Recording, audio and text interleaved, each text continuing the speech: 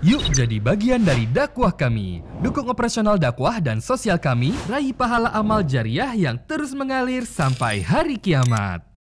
Assalamualaikum warahmatullahi wabarakatuh. Alhamdulillah, selalu saja lisan kita memuji Allah subhanahu wa ta'ala atas nikmat dilimpahkan kepada kita, terutama nikmat Islam dan iman. Dan dengan Islam dan iman kita jadi mengenal siapa pencipta alam semesta ini, termasuk pencipta diri kita sendiri, dan kita punya panduan hidup dan tujuan hidup. Kita tahu mana yang dibolehkan dan mana yang dilarang, mana yang boleh dinikmati dan tidak boleh, dan juga kenapa kita ada di muka bumi ini, dan apa akhir daripada cerita semua kehidupan kita ini, yang ada surga bagi orang-orang yang patuh nanti kelak di akhirat sana, dan neraka bagi orang-orang yang membangkang. Belum lagi nikmat kesehatan, kesempatan, mungkin yang sudah berumah tangga dengan pasangan hidup, mungkin yang sudah dikaruniai anak dengan anak, dan apa saja yang bisa membuat roda kehidupan kita bisa berputar dan berjalan. Maka ini nikmat yang wajib kita syukuri, dan Allah subhanahu wa ta'ala telah mudahkan kalimat syukur itu dengan dua kata Alhamdulillah. Maka jadilah orang yang selalu membasahi lidah dan bibirnya dengan kalimat ini. Selanjutnya kita panjatkan salam hormat kita pada Nabi besar Muhammad sallallahu alaihi wa ala alihi wa sahbihi wasallam, sebagaimana Allah telah mengucapkan salam hormat kepadanya bersama dengan para malaikatnya, dan juga tentunya sebagai balas jasa 23 tahun dari masa hidup beliau yang dihabiskan untuk agama ini, sehingga akhirnya sampailah kepada kita dan kita bisa jadikan sebagai panduan hidup kita. Tentu saja saya menjalankan hadis Nabi alaihi salatu wassalam di awal pertemuan kita, man lam yashkurun nas la yashkurullah. Siapa yang belum berterima kasih pada manusia maka belum berterima kasih kepada Allah. Maka kami ucapkan jazakumullahu khairan untuk semua teman-teman panitia dan juga teman-teman peserta yang hadir. Semoga ini bisa menjadi amal soleh buat kita semua. Amin. Termasuk tim kameramen dan teman-teman yang terlibat semuanya. Ini adalah satu perbuatan yang baik, amal yang baik. Kita duduk selain untuk transaksi mungkin jual beli di produk-produk yang halal, bertemu sama muslim, menjalin ukhuwah satu sama yang lain. Juga kita bisa menyempatkan diri untuk duduk bersama-sama sebagaimana kebiasaan para sahabat ridwanullah alaihim. Mereka setiap kali ketemu dan akan berpisah walaupun hanya sesaat, mereka mengatakan ta'al nu'minu sa'ah, ayo kita menambah iman kita walaupun sesaat.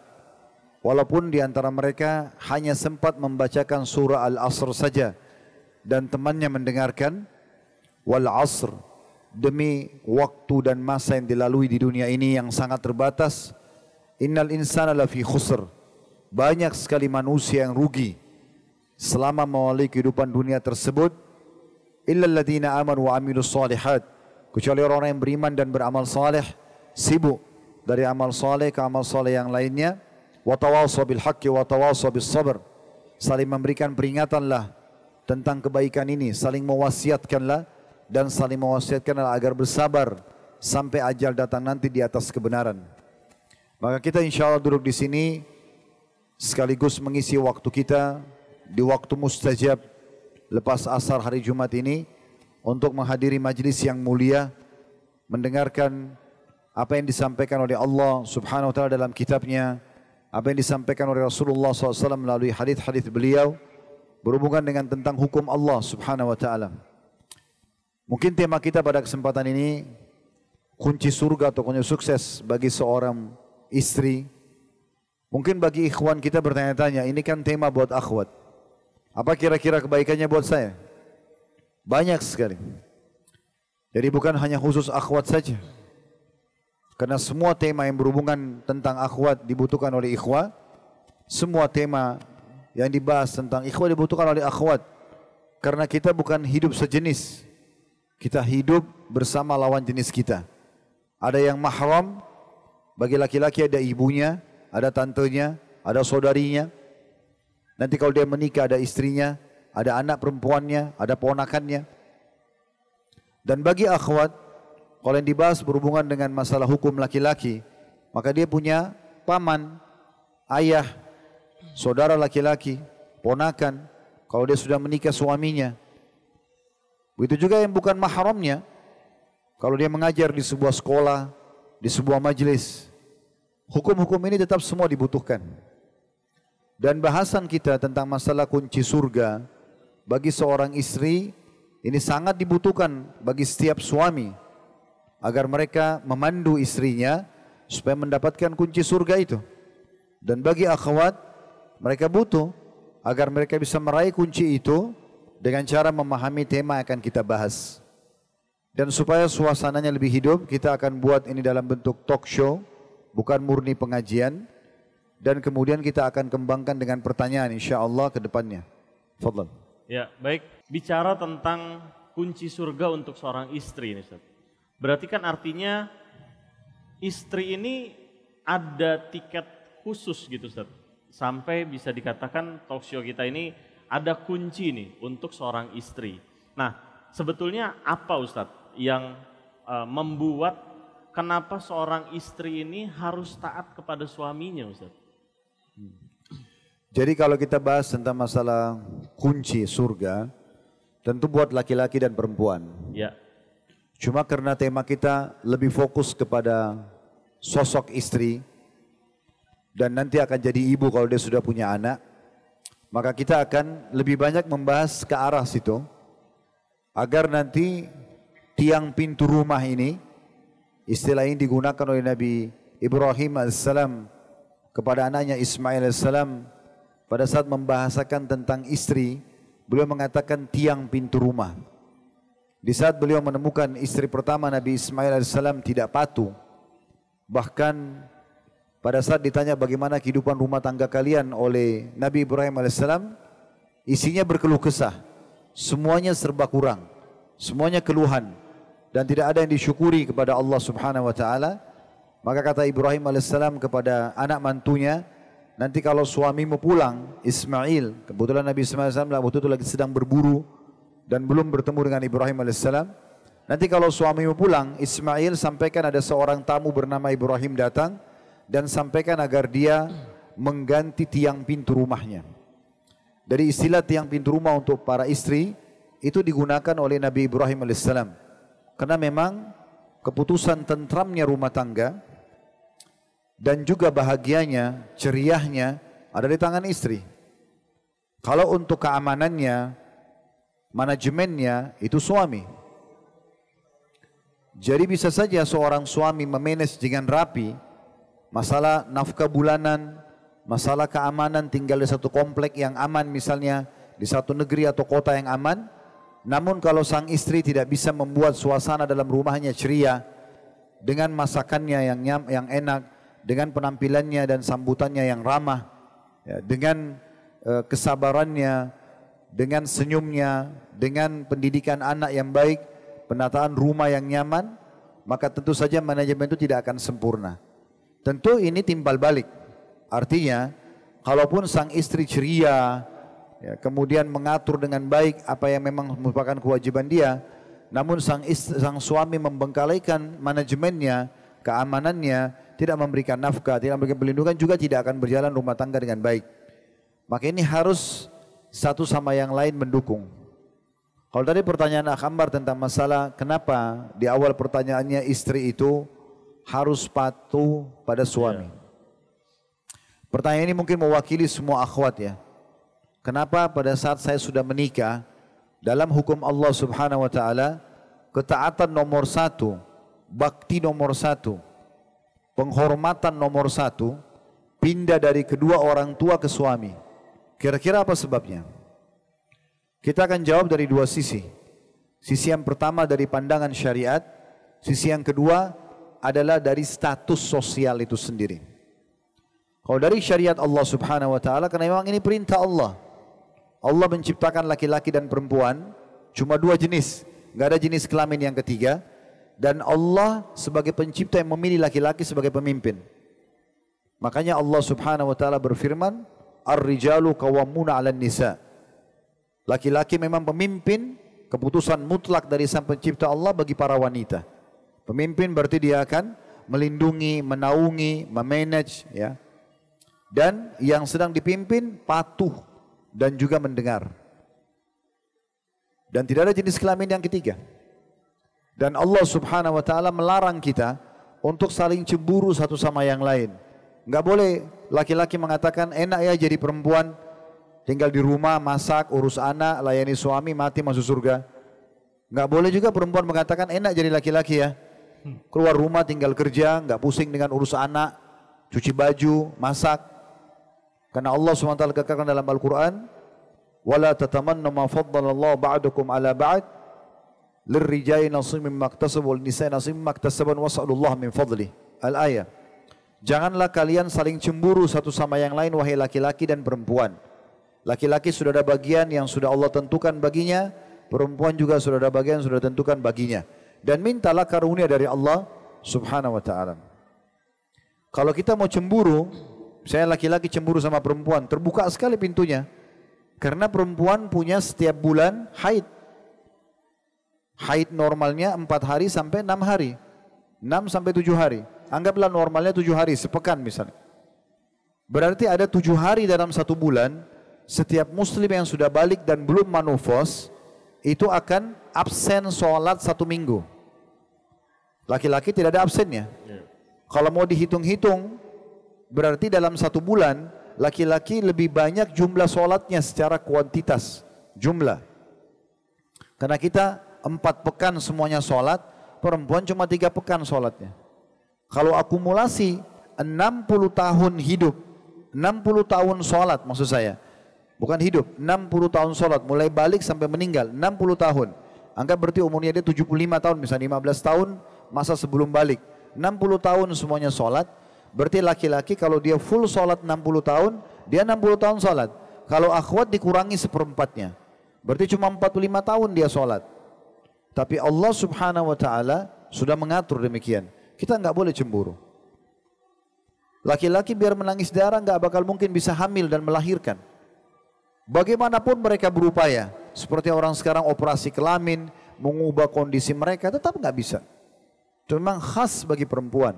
Itu juga dengan menyusui. Dan laki-laki punya tugas-tugas yang berbeda, mencari nafkah, ya, kemudian melindungi dan segala macam. Ini memang semua masing-masing punya tugas.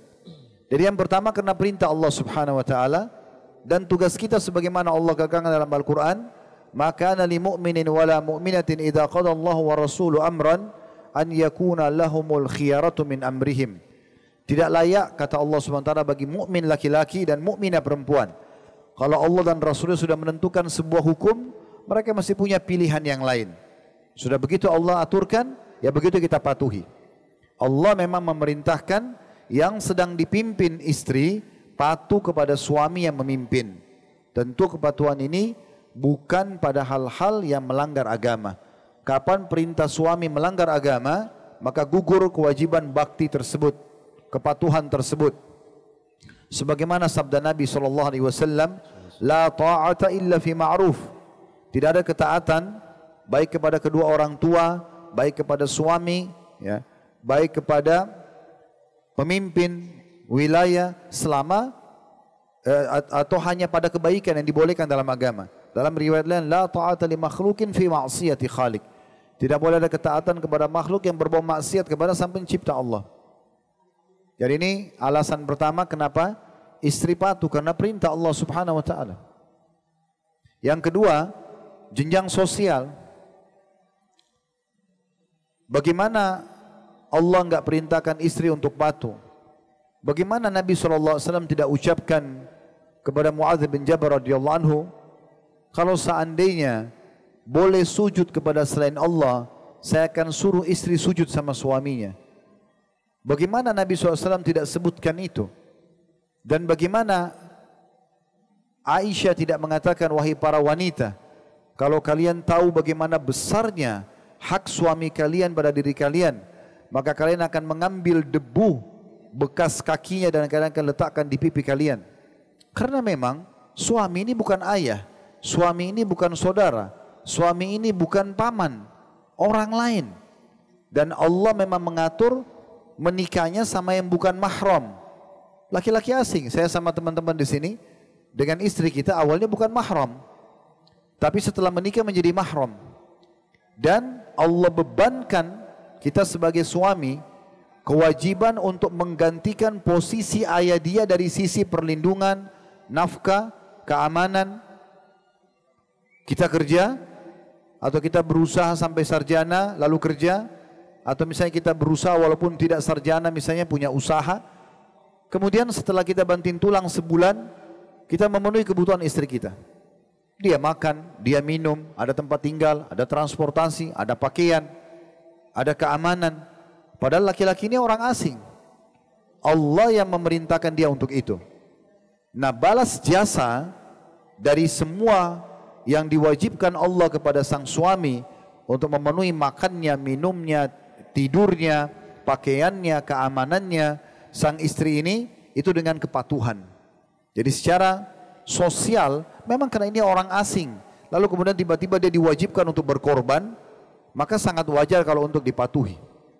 Maka sangat wajar untuk dipatuhi.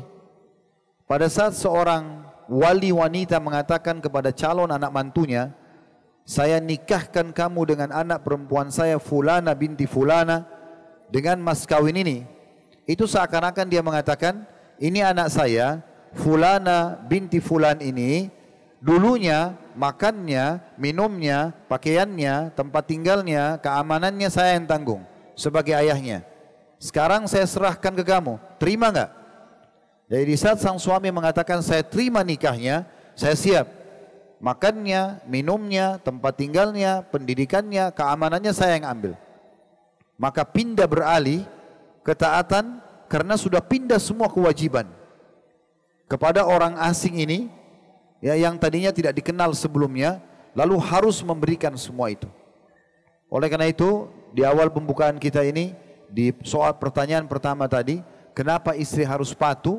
Itu karena perintah agama dan memang karena keadaan jenjang sosial yang memang dia telah menikah dengan Anda, sang suami ini, lalu kemudian dia penuhi semua kebutuhan Anda semampu dia sebagai kewajiban dari Allah Subhanahu wa taala. Ya. Nah, gini Ustaz. Masya Allah ya penjelasan antum tadi mengenai kenapa istri harus taat.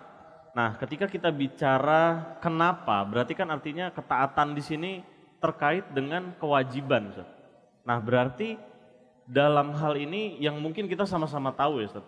Kita sepakat di Indonesia ini kan umumnya istri itu tugasnya ngurus rumah, bersih-bersih, nyapu, ngepel, masak, nyuci. Nah, apakah dari sisi syariat itu memang seperti itu, Ustaz? Yang menjadi kewajiban seorang istri? Karena mungkin di sini Anda coba lihat dari sisi sudut pandang seorang istri ini kan kayak bebannya, tugasnya kok banyak banget gitu ya, sampai mendidik anak, ngurus rumah, belum nanti udah capek ngerjain itu semua seharian, pulang harus melayani suami. Nah itu gimana Ustaz kalau dari sudut pandang syariat Ustaz? Kalau ada seorang istri yang mengatakan pekerjaan rumahnya itu berat, ini tanda tanya ini. Rumahnya seluas apa? Luasnya seluas apa? 1 hektar kah? Luas rumah umumnya orang, tipe 36, tipe 60, jarang sekali umumnya orang ya, punya rumah besar itu jarang. Ada, tapi jarang. Kalaupun ada, dia juga yang menikmatinya. Dan dia hanya berputar-putar dari kamar tidur, ke ruang tamu, ke meja makan, ke dapur. Apanya yang berat itu? Ini dulu kita perlu perbaiki persepsinya. Jadi kalau ada wanita yang mengatakan pekerjaan rumah, mencuci, menyapu, memasak dan segala macamnya adalah sebuah hal yang berat, ini keliru. Tidak ada tantangannya, semua di depan mata. Mana lebih besar dengan laki-laki yang keluar, resiko cuaca, resiko kecelakaan, resiko jiwa bisa diganggu orang, bisa bahkan sampai mengorbankan nyawa karena cari nafkah. Ya. Buru-buru kasar itu luar biasa mereka, ngangkat batu. Ya, tidak peduli lagi tentang masalah tulangnya nanti bermasalah, urat saraf terjepitkah, kulitnya terbakarkah. Mereka sudah tidak peduli lagi. Jauh lebih berat laki-laki itu. Ini diperbaiki dulu persepsinya. Plus lagi Allah ringankan karena tugasnya di rumah, nggak usah ke masjid. Di rumah aja sholatnya, itu lebih afdal. Laki-laki karena manusia luar, silakan di luar rumah sholat di masjid. Gak usah urus jenazah, nanti laki-laki yang urus jenazah. Gak usah cari nafkah, nanti laki-laki yang cari nafkah. Gak usah berjihad, laki-laki yang berperang. Apanya yang berat? Berat di mana ini? Orang cuma berkisar-kisar di rumah saja. Dan juga Nabi SAW memang diceritakan di dalam banyak hadis beliau.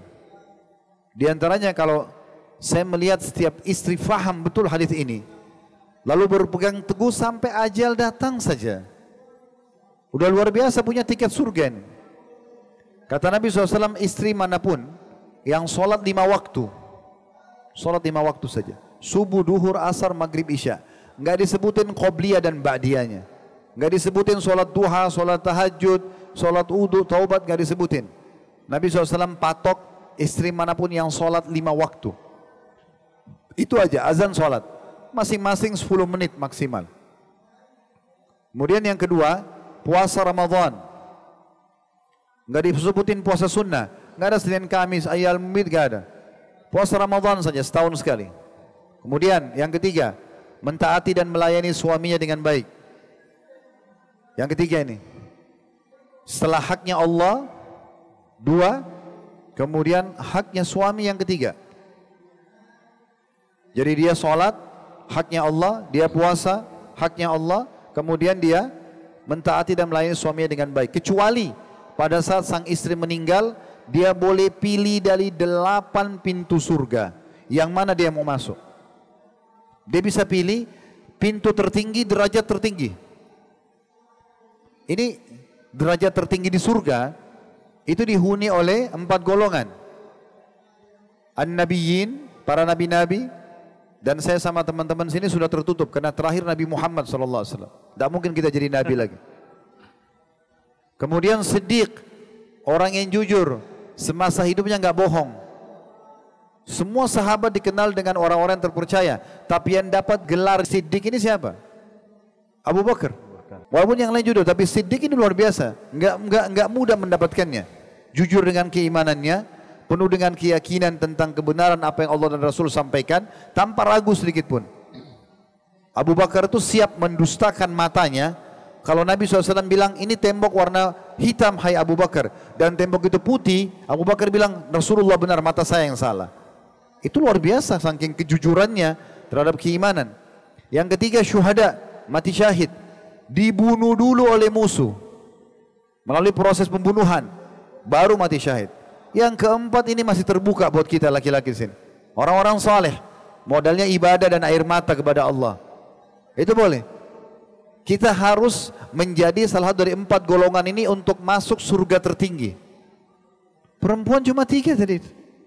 Sholat 5 waktu, puasa Ramadan, taati dan layani suaminya. Dia boleh pilih yang mana dia mau masuk. Ini satu hal yang harus betul-betul direnungi oleh setiap muslimah.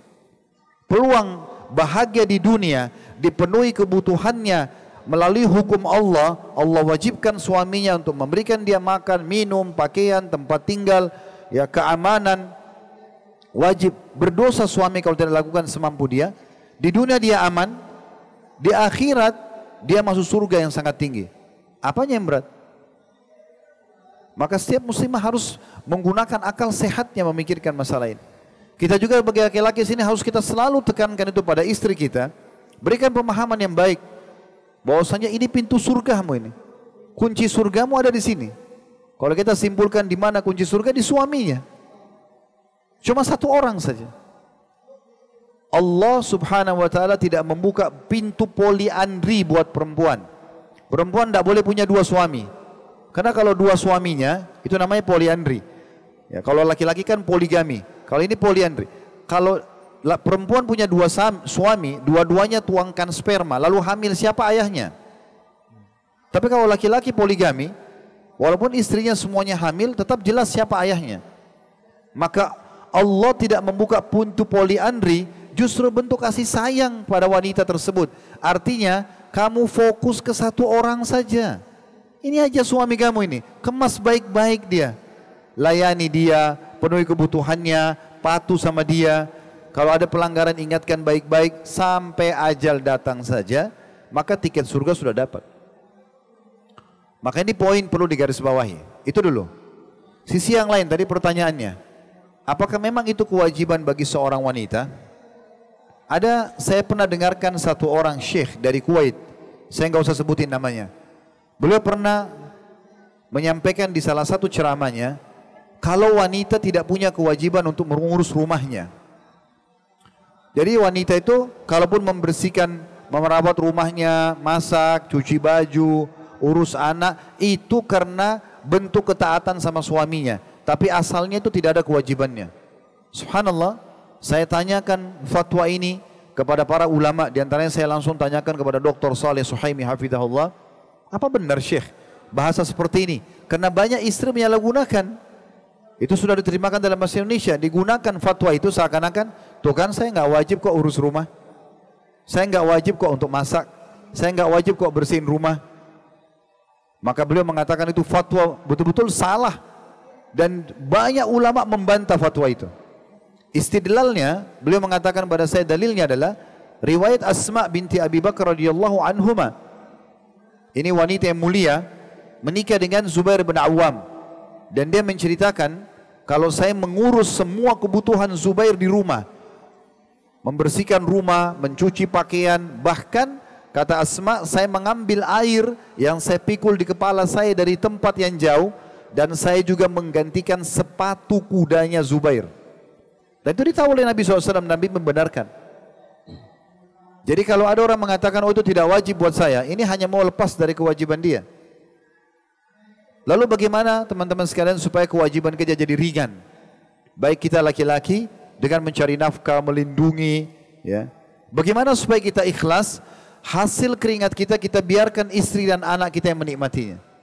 Bagaimana juga seorang istri menikmati rumahnya. Setiap jengkar rumah dia tahu adalah kewajiban dia menjaganya, maka dia merawatnya. Caranya sederhana, nikmati saja itu. Nikmati. Kita bekerja cari nafkah, laki-laki nikmati saja pekerjaan, yang penting halal. Lalu kita niatkan untuk mencari pahala dengan memberikan kepada istri. Begitu juga sang istri, merawat rumah, ya, mengurus, masak, menyapu, mengepel, walaupun ya ada tambahan keringanan lagi. Dibolehkan bagi setiap muslimah di saat suaminya mengizinkan untuk memakai tenaga pembantu rumah tangga. Para ummahatil mu'minin ridwanullah alaihinna, Aisyah, Ummu Salamah, mereka punya pembantu. Waktu disebarkan isu perzinahan Aisyah dengan Safwan secara dusta oleh Ubaidillah bin Abi Salul, kepala munafikin di Madinah, maka Nabi SAW waktu itu belum terima wahyu. Benar nggak sih gosip ini? Kalau istri beliau berzina, maka beliau diskusi dengan beberapa sahabat, diantaranya Ali bin Abi Thalib radhiyallahu anhu. Dan Ali mengatakan, ya Rasulullah, orang yang paling dekat dengan Aisyah pembantunya. Tanyakan pembantunya, karena itu orang yang tiap hari bersama-sama dengan dia. Kita enggak sedang cerita tentang masalah kisah ifk, kisah tentang fitnah itu, tapi kita ambil saksi bahasan Aisyah punya pembantu. Ummu Salamah juga disebutkan begitu. Nabi SAW pernah di rumah Ummu Salamah memanggil-manggil pembantu Ummu Salamah.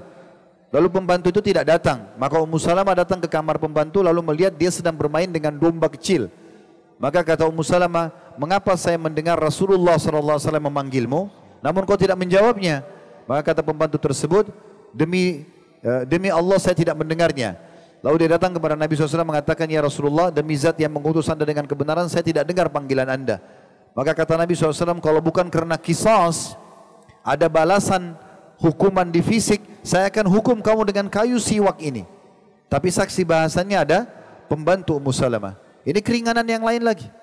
Kapan dia kerjakan dengan tangannya sendiri, jauh lebih besar pahalanya. Riwayat yang sahih menyebutkan tentang anak Nabi SAW, wanita mulia, salah satu dari 4 pemimpin surga, Fatimah radhiyallahu anha al-Batul, di mana beliau pada saat melihat Nabi SAW memiliki banyak harta rampasan perang, termasuk tawanan-tawanan perang dari kalangan wanita, maka Fatimah datang lalu mengatakan, wahai ayahku, wahai Rasulullah, lihatlah tanganku, sampai memperlihatkan kedua telapak tangannya yang sudah ya banyak terkelupas karena sibuknya mencuci baju, membersihkan rumah, merawat suaminya Ali, merawat anaknya Hasan dan Husain radhiyallahu anhum ajma'in. Maka Fatimah bilang, ya Rasulullah, tolong kasih saya satu orang dari budak-budak itu supaya bisa membantu saya di rumah. Apa yang terjadi? Nabi SAW ingin memberikan anaknya sebuah pendidikan penting dan bagaimana mendapatkan ekstra pahala. Kata dia, wahai Fatimah, mau enggak saya tunjukkan kepada kamu sesuatu yang lebih baik daripada pembantu itu? Padahal Nabi bisa kasih, tapi Nabi bilang, maka bacalah sebelum tidur, Subhanallah 33, Alhamdulillah 33, Allahu Akbar 33. Dalam riwayat 34 Allahu Akbarnya. Jadi Nabi SAW memberikan gambaran, ini lebih afdal loh kalau kau kerjakan dengan tanganmu sendiri. Jadi kalau ada yang mengatakan itu bukan wajib bagi saya, lalu bagaimana dengan Fatimah tadi? Sampai tangannya rusak. Bagaimana dengan Asma sampai menggantikan sepatu kudanya Zubair, gitu kan?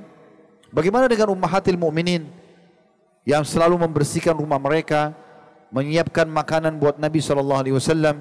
Bukankah hadis Khadijah radhiyallahu anha waktu Nabi SAW masuk ke dalam rumah di Mekah, di fase Mekah, kemudian dia karena cintanya kepada Nabi SAW sampai dia bisa mengetahui Nabi lapar atau tidak dari raut wajah saja.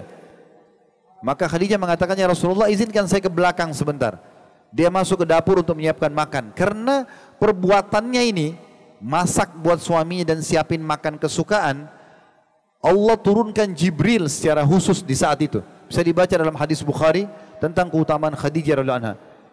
Jibril turun, lalu Jibril mengatakan, hai Muhammad, sebentar lagi istrimu Khadijah akan membawakan makanan kesukaanmu. Yang dibahas makanannya, makanan kesukaanmu. Ini pasti ada kewajiban dia masak, jadi dia kerjakan. Karena dia buat dengan tangannya sendiri. Makanan kesukaanmu. Karena perbuatannya itu, sampaikan salam dari Allah langsung. Dan juga sampaikan salam dariku. Serta sampaikan jaminan dia akan mendapatkan istana di surga. Karena perbuatannya ini, istana yang tidak ada kebisingan sama sekali. Karena Khadijah, kata sebagian ulama, tidak pernah ngangkat suara depan suaminya, selalu saja merendahkan suara, selalu saja santun, selalu saja mau melayani, memenuhi kebutuhan karena Allah Subhanahu wa taala, maka balasannya luar biasa. Salam dari Allah, salam dari Jibril, dapat istana di surga. Ya seperti itu. Nah, Masya Allah Ustaz. Sekarang kalau kita bicara kewajiban ini kan pertanyaan Ana, banyak juga terjadi gini Ustaz, ketika suami istri itu seakan-akan suami ini banyak tuntutan ke istri Ustaz. Jadi mungkin di kacamata seorang istri ini jadinya akhirnya si istri ini harus dituntut selalu sabar. Jadi ketika si suami mengatakan ini loh kewajiban kamu begini, terus si istri merasa lu aja ngasih nafkahnya masih kurang, istilahnya gitu. Nah itu nanti akan berdampak tuh Ustaz. Jadi si istri ini jadi merasa ya udah taat sama suami ketika duitnya lancar aja. Tapi ketika duitnya agak seret, ya udah ntar dulu gitu. Nah ini gimana nih Ustaz? Ketika terjadi permasalahan seperti ini, baik istri maupun suami ini menghadapinya harus dengan gimana Ustaz? Kita bahas masalah nafkah dulu ya. Apa itu nafkah? Nafkah itu kebutuhan dasar. Kebutuhan dasar sang istri. Dan itu sifatnya harian, bukan bulanan. Dan juga semampu suami. Itu berkisar 5, makanan, minuman, pakaian, tempat tinggal, dan transportasi. Semampu suami. Makanan, pakaian, juga minuman, itu disebutkan dalam hadis Nabi SAW. Engkau dan hak istri engkau memberikan makan dan minum, serta pakaian yang ma'ruf atau secara ma'ruf. Kalau tempat tinggal disebutkan dalam surah At-Talaq. Sehingga saya kalau tidak salah ayat ke-6. Askinuhunna min haitsu sakantum min ujrikum. Tempat tinggalkan para istri tempat tinggal di mana yang kau tinggal sesuai dengan kemampuanmu. Kalau masalah transportasi adalah sikap Nabi SAW, di mana beliau menyiapkan unta untuk ummahatil mukminin. Kalau sekarang kita kendaraan. Dan semua ini sesuai dengan kadar kemampuan suami. Enggak boleh istri nuntut di atas kemampuannya. Ya, ini poin. Dan poin yang lain, nafkah itu sifatnya harian. Kenapa saya katakan harian? Karena kalau suami misalnya memberikan 1 bulan, misal kayak umum kita di Indonesia kan begitu ya, kita terima gaji, kita berikan di awal bulan ke istri, ini loh buat 1 bulan ke depan. Ini kan berarti belum dilalui sudah dikasih nafkahnya. Kan begitu? Sekarang kalau di pertengahan bulan sang suami meninggal, berarti ada 2 pekan bonus nafkah yang dia tidak wajib. Karena dia sudah berikan 1 bulan. Ya, ini dulu poin. Kalau memang sang suami ini dasarnya pelit, punya kemampuan, dia tidak mau kasih nafkah. Ada dalam riwayat Bukhari disebutkan itu ya. Kasus Hindun dan Abu Sufyan radhiyallahu anhu. Hindun, Abu Sufyan dulu benci Islam. Tapi setelah pembebasan kota Mekah masuk Islam. Allah kasih hidayah.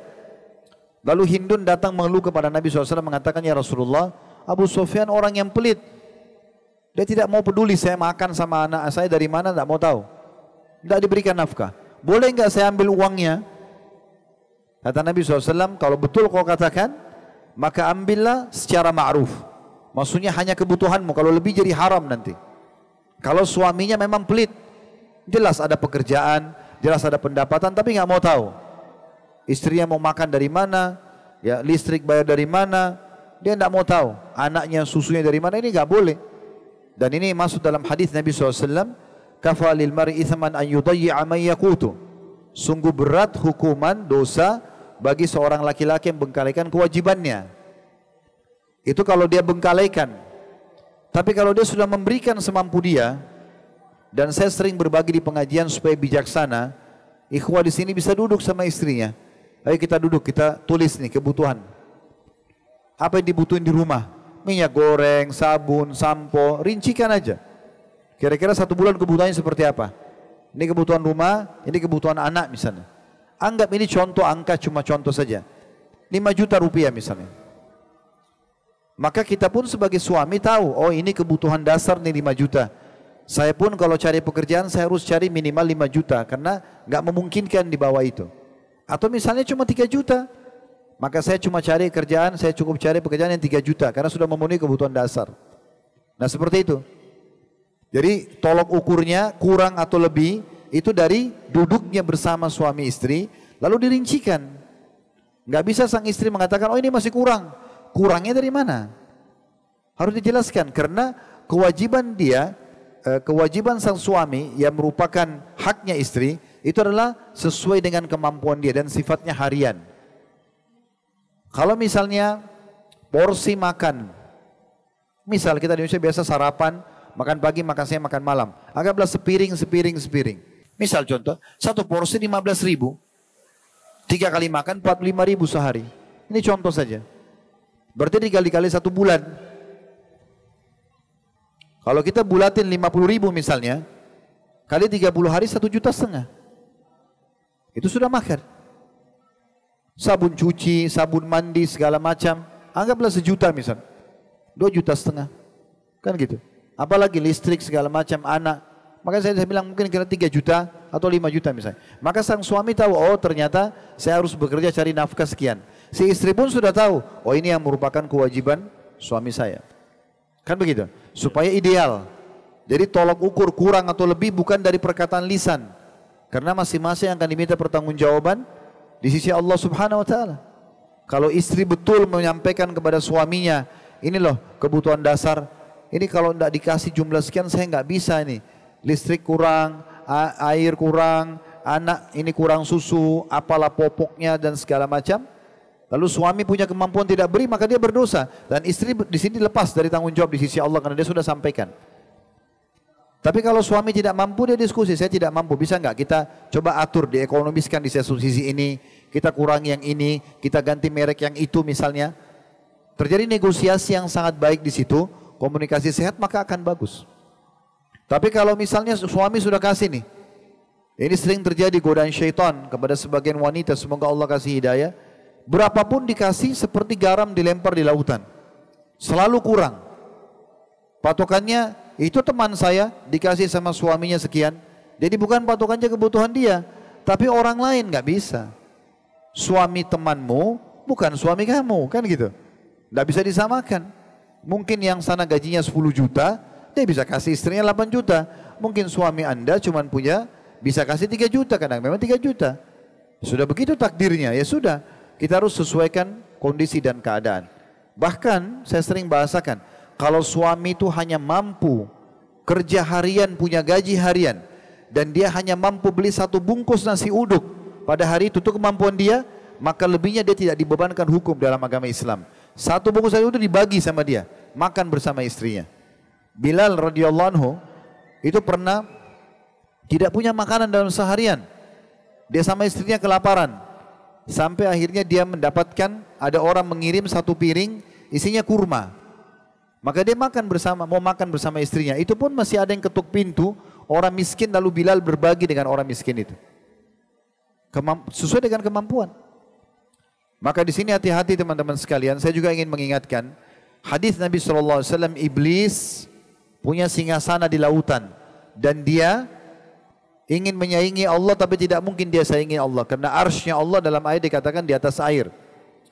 Tiap hari anak cucunya melapor, saya baru membuat orang membunuh, saya baru membuat orang berkelahi, saya baru membuat orang menipu. Oleh iblis yang enggak biasa, sampai ada yang mengatakan saya baru menceraikan suami istri. Maka oleh iblis dia katakan, begitu sabda Nabi SAW ya, engkaulah jagoannya, kamu pahlawannya, karena dia sudah menceraikan suami istri. Makanya sangat peka, kalau komunikasi tidak sehat, tidak bisa saling mengerti ya keadaan, apalagi yang didahulukan egoisme, selalu lihat orang ketiga di luar rumah tangga, tidak ada prinsip dalam rumah tangga itu, maka akan begini. Saya sarankan juga bagi teman-teman yang sudah berumah tangga atau yang mau berumah tangga nantinya, usahakan kita suami istri itu punya prinsip. Prinsip itu artinya apa? Apa yang sudah disepakati atau apa yang ditentukan oleh suami sebagai pemimpin, selama bukan maksiat, itu kita jadikan sebagai pegangan kita. Jangan datang orang ketiga dari luar rumah lalu mengacaukan itu. Contoh misalnya, suami istri sudah sepakat atau suaminya mau mengecat rumahnya warna coklat untuk kenyamanan istrinya, cat baru. Kalau orang tidak punya prinsip, tetangganya datang lalu mengatakan, kenapa kau cat warna coklat? Loh, memang kenapa? Menurut saya kurang bagus. Menurut kamu warna apa yang bagus? Menurut saya warna biru yang bagus.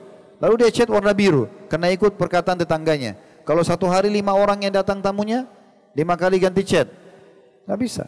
Kemampuan suami Anda, kemampuan Anda hanya beli motor, lalu kemudian atau merek tertentu, motor atau mobil.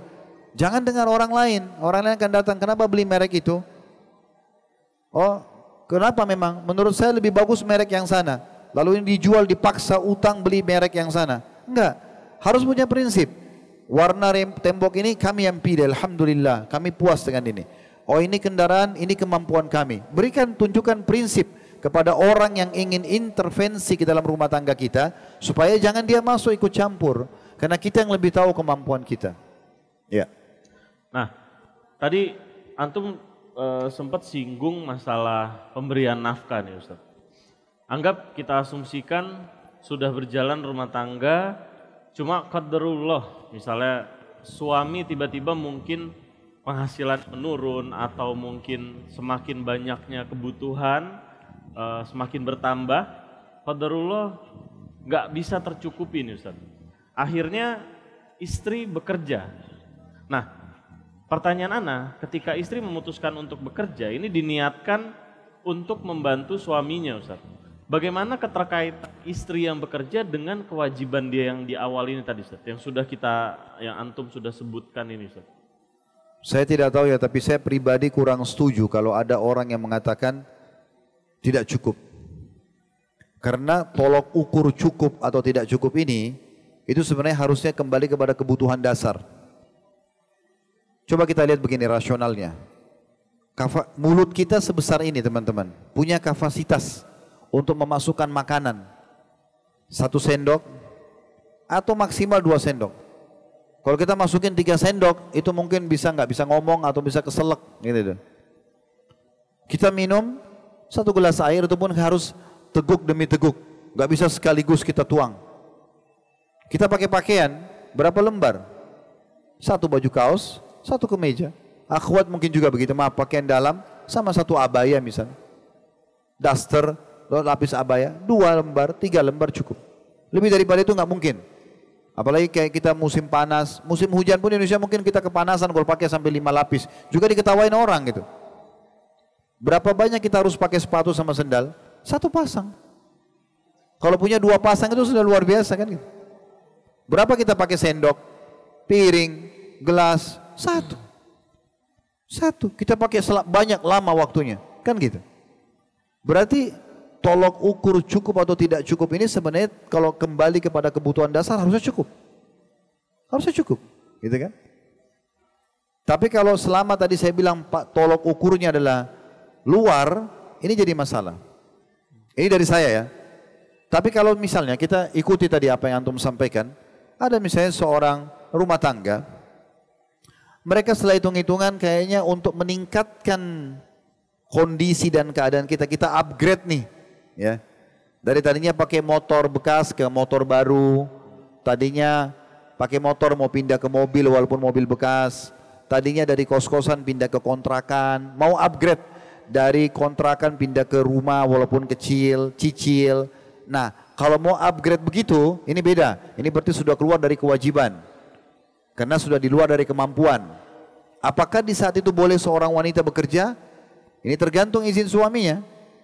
Karena ini bukan kelaziman, bukan keharusan. Karena kalau dia mau hidup dalam kondisi bersyukur bisa saja. Tadi Fatimah radhiyallahu anha dalam riwayat sahih tangannya sampai pecah-pecah. Tapi Nabi SAW tidak berikan pembantu sekalipun. Ayo jalani hidupmu sebentar kok dunia ini. Nah gitu loh. Jangan paksakan. Tapi apakah boleh? Tapi dengan izin suami. Dan itu pun memang kena niat ingin membantu misalnya sama-sama. Cuma di sini ada poin penting ya. Apa hikmahnya teman-teman? Kenapa kita ini laki-laki yang memberikan nafkah? Kenapa bukan setengah-setengah? Sehari suami, sehari istri. Kenapa enggak sama-sama, semuanya sama, dibagi dua aja. Sama-sama ke masjid, sama-sama jihad, sama-sama urus anak, sama-sama hamil. Suami hamil setahun, istri hamil setahun misalnya. Kenapa enggak begitu? Karena Allah Subhanahu wa taala memang sudah mengatur itu, dan jangan bentrok dengan rules ya. Jalur yang sudah Allah buat akan susah nanti. Kapan istri ngambil tugas suami atau suami ambil tugas istri akan lancuh rumah tangga itu. Ada satu kejadian nyata ini, seorang ikhwah kita. Subhanallah, saya selama ini tahunya teori, tapi setelah beliau cerita saya tahu ini adalah hasil lapangan. Ternyata bukan cuma teori ini, betul-betul terjadi di lapangan. Kita ini laki-laki, karena Allah memang sudah bebankan ke kita ke nafkah, maka setiap kali kita kerja, kalau mungkin antum juga kalau sudah bekerja sudah berumah tangga tahu, kalau kita pulang ke rumah melihat istri makan, istri bahagia, bisa istirahat bagus, pakai mukena sholat, kita sudah bahagia. Mana kita tidak merasa rugi dengan apa yang sudah kita keluarkan. Begitu nggak? Iya. Hah? Iya. Antum nyaut duluan? Ana iya, nggak tahu yang lain. Iya, benar nggak? Benar. Kalau perempuan beda. Perempuan itu makin punya pendapatan, itu pikirannya berbeda. Coba antum dalam rumah tangga, berapa kali antum kasih hadiah istri, berapa kali istri kasih antum hadiah? Hah? Dihitung jari istri kasih suaminya hadiah. Kalau suami selalu berpikir untuk kasih lagi, hadiah apa lagi, kita bahagia kalau lihat dia senyum. Kalau mereka tidak. Makanya mereka tidak disuruh cari nafkah. Karena kalau punya pendapatan itu beda pikirannya. Ini kisah nyata. Apa yang antum tanyakan tadi ini terjadi. Seorang ikhwah ketemu sama saya di satu masjid. Selepas sholat duhur. Saya kenal ikhwah ini selalu ceria, Masya Allah. Tapi pada saat itu setelah sekian lama saya nggak ketemu. Orangnya sedikit agak lesu. Seperti ada masalah besar gitu. Lalu dia bilang sama saya, Ustaz, saya minta waktu bicara empat mata, bisa nggak? Oh boleh, saya bilang silakan. Ngobrol lah sama saya. Pada saat orang semua sudah pada bubar, lalu dia meneteskan air mata. Dan bagi saya laki-laki netesin air mata ini satu hal yang aneh kalau saya. Air mata itu hanya netes kalau kita menangis karena Allah. Kalau cuma masalah-masalah dunia jangan, tapi terjadi pada orang ini. Terus saya tanya kenapa akhi? Dia bilang alhamdulillah Ustaz, rumah tangga saya berjalan kalau tidak salah 6 atau 8 tahun bahagia. Saya kerja, berapa pendapatan saya sama istri nikmati. Sampai Allah karena kami 2 orang anak. Rumah tangga baik-baik saja, nggak ada masalah. Dan saya tahu dia kerja di mana akhirnya. Dia bilang beberapa bulan yang lalu, istri saya tiba-tiba duduk dan diskusi sama saya mengatakan, gimana kalau saya kerja? Saya mau kerja. Tujuannya tadi untuk upgrade supaya kita bisa pindah dari kontrakan ke cicil rumah, supaya kita bisa mulai cicil kendaraan. Nanti mungkin kita bisa punya tabungan untuk anak-anak ke depan. Kata akh ini, oh masuk akal sih ya. Oke, enggak apa-apa bekerja. Yang penting nanti tetap aja berjalan baik rumah tangga. Oh iya, janjilah seperti itu. Dia cerita sendiri, dia bilang, berjalan 2-3 bulan saja. Setelah diterima lamaran kerjanya istri saya ini, dia dapat pekerjaan lebih tinggi gajinya dari saya. Sudah mulai pulang kantor marah-marah. Tadinya tidak emosional nih. Kalau kita laki-laki memang manusia luar nih ya, luar rumah. Udah biasa kita kena hujan, kena panas, tidak perlu hand body, nggak perlu sunblock. Ya. Memang kita tugasnya sholat berjamaah, ngantar jenazah, jihad, memang begitu. Berarti alam kita di luar nggak ada masalah. Perempuan begitu masuk ke alam laki-laki ini sudah beda. Dia terbawa dengan emosinya. Begitu suaminya tanya aja di mana makan, marah. Minta layani biologis, udah nggak mau, capek. Anak-anak sudah nggak diurus lagi. Sebulan, 2 bulan, 3 bulan, lama-lama sudah interaksi sama lawan jenis di tempat kantornya. Akhirnya pulang malam. Suaminya ingatkan, sampai suami bilang, saya pernah lihat sendiri, saya diminta jemput di satu tempat, dia turun dari mobil dengan rekan kerjanya dari luar kota. Saya ingatkan, dia bilang sudah begini pekerjaan saya, kalau tidak bisa terima ya kita cerai saja. Karena dia rasa dia sudah punya pendapatan. Itu luar biasa. Berarti hikmah syar'i kenapa perempuan dikasih supaya memang dia lebih mulia di rumah. Dia tidak bisa seperti kita kalau pegang uang, kemudian dia bisa lebih membahagiakan keluarga, tidak seperti itu pikirannya. Dan ini banyak terjadi dalam rumah tangga ya. Ada sebagian rumah tangga, istrinya selalu nabung dari uang nafkah, begitu uangnya banyak minta cerai sama suaminya. Dulunya nggak punya apa-apa. Itu terjadi banyak sekali rumah tangga begitu. Jadi memang ada hikmah-hikmah yang luar biasa gitu. Jadi kalau kembali kepada pertanyaan tadi, boleh nggak seorang istri bekerja? Boleh. Selama pekerjaannya halal dalam Islam. Menjadi guru, menjadi dosen, ya, buka usaha, punya butik, punya bisnis, nggak ada masalah. Tapi jangan sampai ini justru membuat dia durhaka dengan suaminya yang merupakan kunci surga dia. Jangan sampai dia membangkang. Ya. Kalau itu semua dikemas seperti kasus Khadijah radhiyallahu anha, karena sebelum menikah dengan Nabi SAW dia orang kaya, setelah menikah dengan Nabi malah dia serahkan hartanya. Ya, dia suruh suaminya yang kelola, Nabi SAW yang kelola harta Khadijah. Khadijah nggak berurusan lagi, gitu kan? Sudah diserahkan hartanya, silakan. Sampai Nabi SAW dinobatkan jadi Nabi di umur 40 tahun, baru beliau fokus untuk berdakwah. Itu pun Khadijah mendukung semua dakwah Nabi SAW dengan seluruh hartanya. Maka itu yang terjadi. Jadi boleh bekerja, tapi jangan sampai nanti membuat justru membangkang dengan suami, justru membangkangkan kewajiban. Ini bahaya sekali. Kalau dia masih bisa mengatur range waktunya, mungkin berapa jam dalam sehari, itu pun tetap saja dia selalu koridor izin sama suaminya. Dia jauhi tempat-tempat kerja yang penuh dengan fitnah. Ya, kalau berinteraksi sama lawan jenis, jalan sama-sama dengan alasan itu cari tambahan nafkah, ini semua perusakan akhlak buat diri dia dan menjauhkan dia dari keimanan kepada Allah Subhanahu wa taala. Nah, baik Ustaz. Dalam kondisi misalnya, ini ketika terjadi dalam rumah tangga, ini kan mungkin ini saya mewakili para suami nih saat ini Ustaz. Jadi ketika dalam rumah tangga ini dia merasa kenapa sih kok istri ini sangat takut dalam kondisi ekonomi yang kurang, dalam kondisi mungkin menerima keadaan-keadaan yang berhubungan dengan kondisi finansial. Nah sedangkan mungkin kita ya sebagai suami itu sebetulnya kita juga pengen selalu ngasih lebih. Kita pengen ngasih yang terbaik untuk keluarga, tapi ya mungkin qadarullah keadaannya memang seperti itu.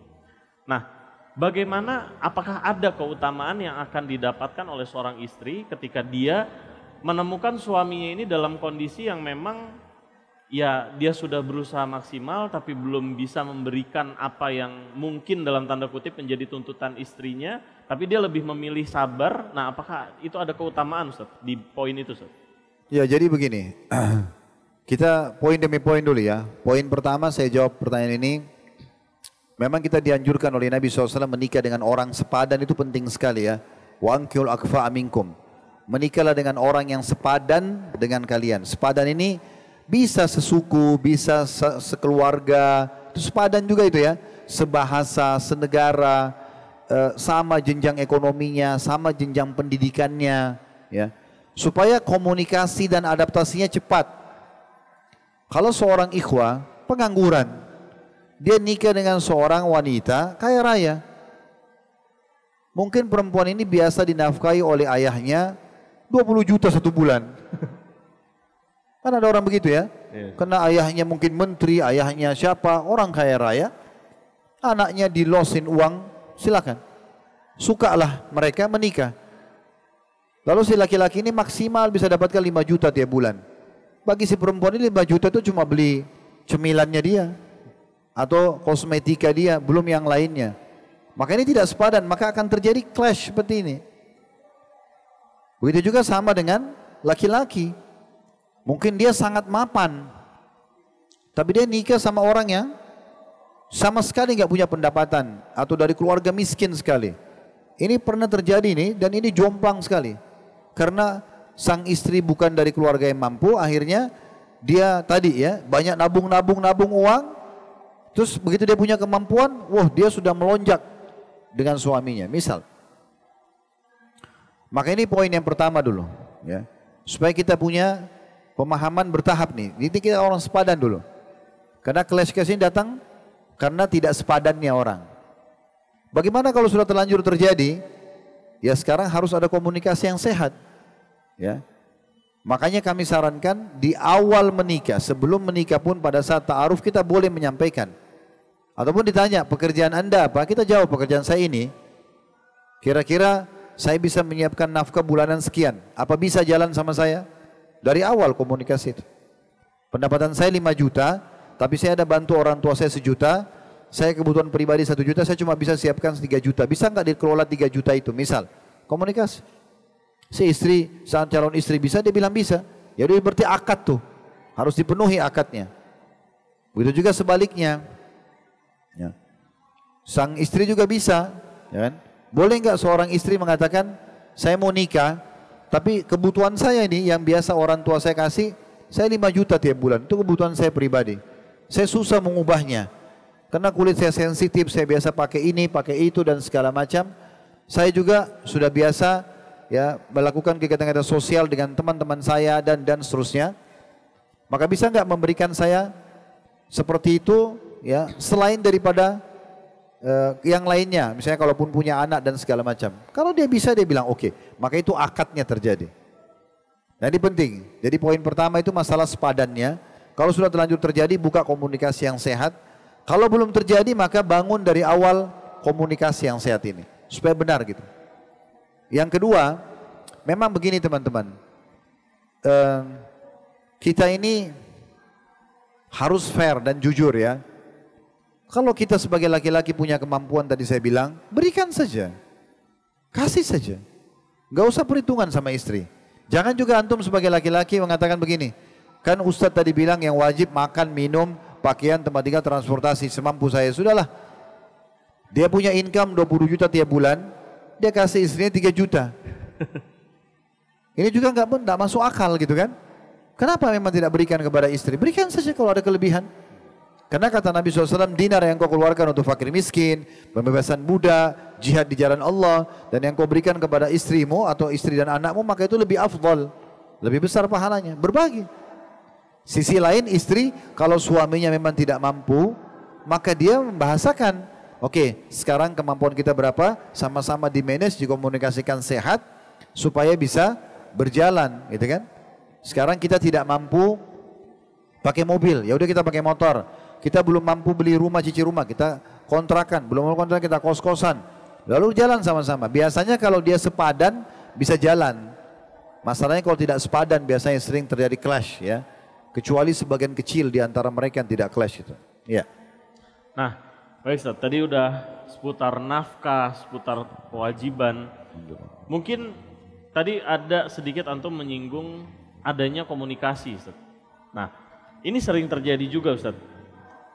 Ketika suami dan istri ini berkomunikasi, terkadang di satu sisi sebagai seorang suami ini, kalau istrinya ngasih pendapat, itu merasa kayak terintimidasi, kayak berasa diatur-atur.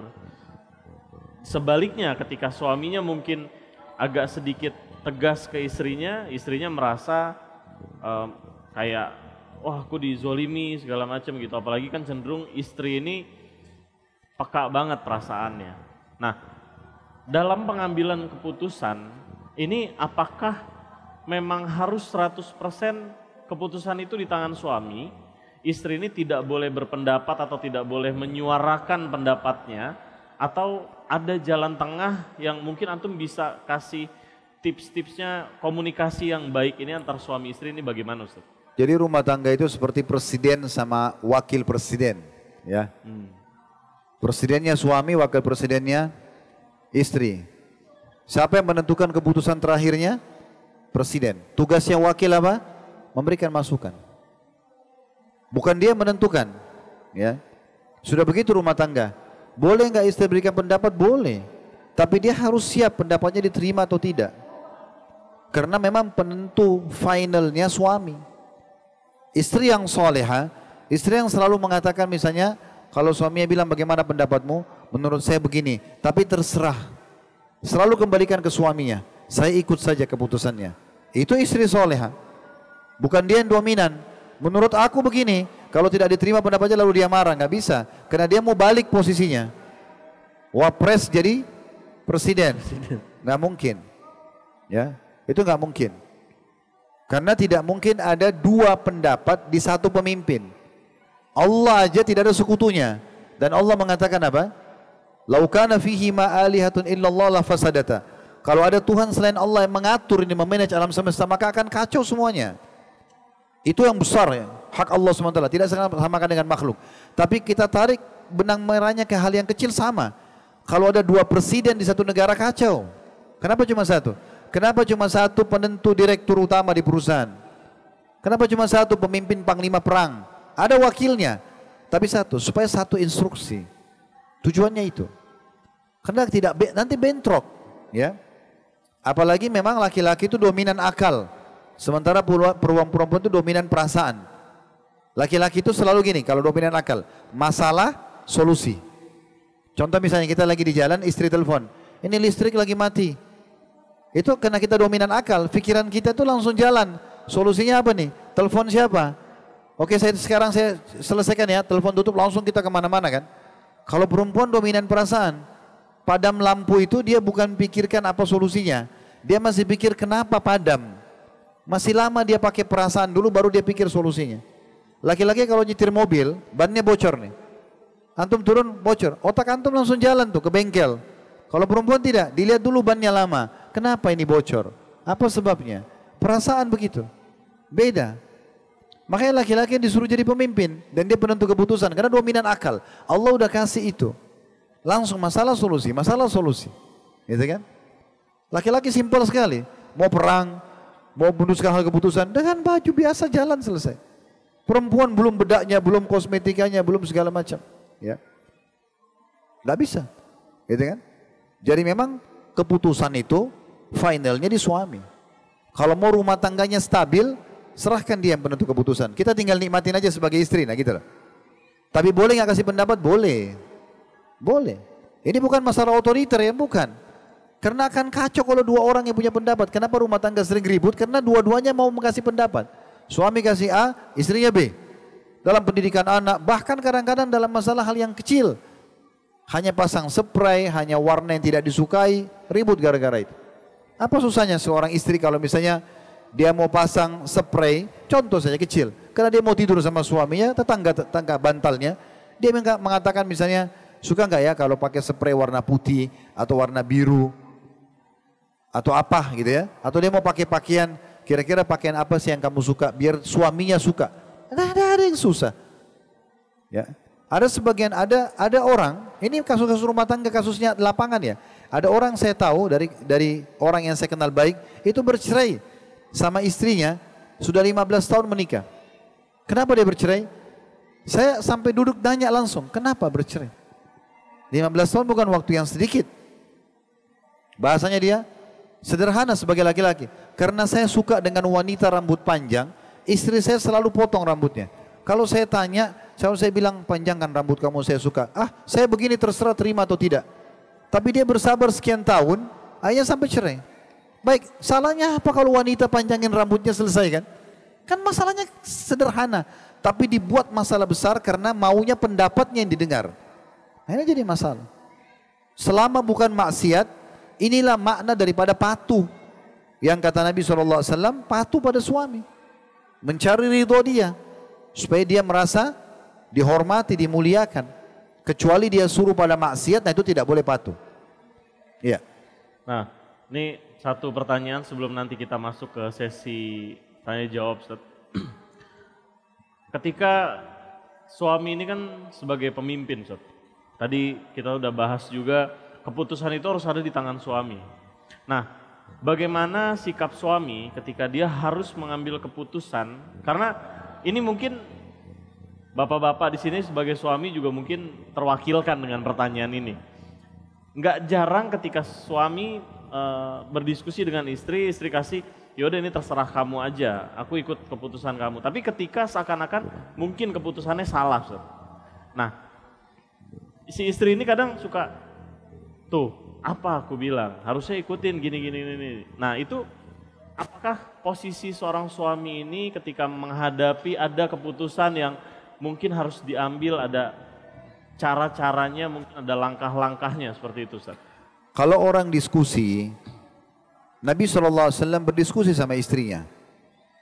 Kejadian Sulh Hudaybiyah, kesepakatan Hudaybiyah, waktu Allah Subhanahu wa taala belum mengizinkan Nabinya SAW masuk untuk umrah dan diqadha tahun depannya, beliau menyuruh para sahabat untuk tahallul. Udah cukur rambut aja, kita nggak bisa masuk Mekah hari ini. Maka para sahabat masih ada yang jengkel dengan orang-orang Quraisy. Kenapa kita mau umrah dilarang sih? Maka Nabi SAW masuk ke dalam kemah. Waktu itu ada Ummu Salamah, istri beliau, radhiyallahu anha. Kemudian Ummu Salamah lihat Nabi SAW sedih. Maka beliau tanya, kenapa ya Rasulullah? Kata Nabi SAW, saya khawatir azabnya Allah turun. Karena saya sudah perintahkan mereka cukur rambut, tapi mereka belum mau melakukan. Mungkin mereka masih jengkel, bukan tidak mau patuh pada Nabi, tapi masih berharap, ayo kita lawan aja ya Rasulullah, perang aja. Terutama Umar bin Khattab waktu itu betul-betul beliau berharap, ya Rasulullah, kenapa kita hinakan diri kita? Bukankah kita benar, Quraisy salah? Kita perangi aja kalau mereka larang kita umrah. Tapi Nabi SAW bilang tidak. Allah belum mengizinkan, hai Umar. Maka apa kata Ummu Salamah? Ya Rasulullah, masukkan saja. Tidakkah anda dahulu mencukur rambut anda? Supaya mereka melihatnya. Maka karena masukan baik ini, terserah Nabi mau terima atau tidak. Tapi dengan santun Ummu Salamah sampaikan. Maka kata Nabi SAW, pendapat yang baik. Nabi SAW keluar dari kemah, lalu beliau panggil tukang cukurnya, cukur rambutnya. Setelah lihat Nabi cukur rambutnya gundul, semua sahabat berlumba-lumba langsung gundur rambutnya dan mereka pulang ke Madinah. Tapi kan di sini ada masukan dari Ummu Salamah. Jadi mengajak berbicara, diskusi boleh, tapi jangan final keputusannya itu istri yang tentukan. Memang suami, gitu loh. Memang suami. Baik, bagaimana kalau tadi kejadiannya ternyata keputusan suami itu salah? Siapa yang tidak salah, teman-teman sekalian? Siapa yang di muka bumi ini selalu benar? Kan tidak mungkin kan? Pemimpin siapapun, pemimpin negara, pemimpin instansi pasti pernah salah. Tapi kan tidak mungkin dia salah terus, kan gitu.